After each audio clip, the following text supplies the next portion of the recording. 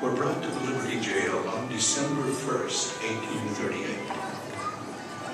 An eyewitness recorded. They were all in one large, heavy wagon with a high box. The inhabitants of Liberty and many of the surrounding country were out to witness the entrance of the prisoners into the place. And many expressed their disappointment that the strangers should so resemble all other men. The prisoners left the wagon and immediately ascended the south steps of the platform. One by one, the prisoners entered. Joseph Smith was the last. He turned partly around and, lifting his head, said in a distinct voice, "Good afternoon, gentlemen." The next moment he passed out of sight.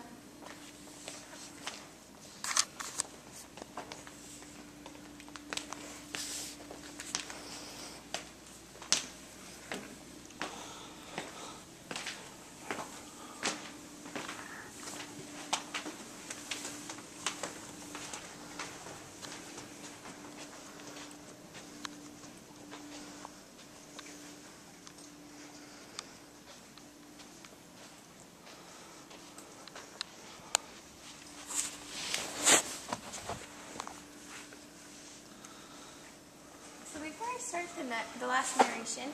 I just want to point out who these people are, so you kind of get more of an idea of who they were. So this is the prophet Joseph Smith, and this shows him writing down some of those letters that he wrote while he was here to family and friends and members of the church at that time. And in these letters, some of them, he included some of the revelation that he received while he was here at the Liberty Jail, which we have in the Doctrine and Covenants, in Doctrine and Covenants 121, 122, and 123. And also with Joseph Smith, his brother Hiram Smith, who I really admire Hiram. He and Joseph Smith went through so much together, and just how faithful and supportive he was to his brother. And also right here, this is Caleb Baldwin, and at this time he had 9 children, and all of these men very much wanted to be with their families as they were innocent. And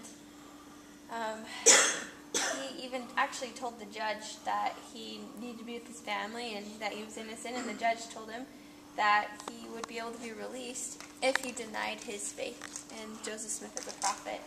And that was obviously something that he couldn't do, as evidence of him being here in the jail. But as he was faithful and stood up for what he knew to be true, he was blessed, and his family was as well. And all these men, they were blessed for their faith and what they were able to endure while they were here. And this is Alexander McCrae. He and Caleb Baldwin were the only 2 that made it to the Salt Lake Valley from this group. And Alexander McCrae, he was about 6'6", and he, when they went to Salt Lake Valley, he actually served as a bishop for over 20 years.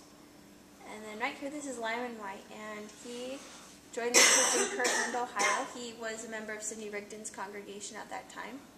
And at this time, he lived in the settlement of Adamon-Dioman, and he was in the stake presidency up there.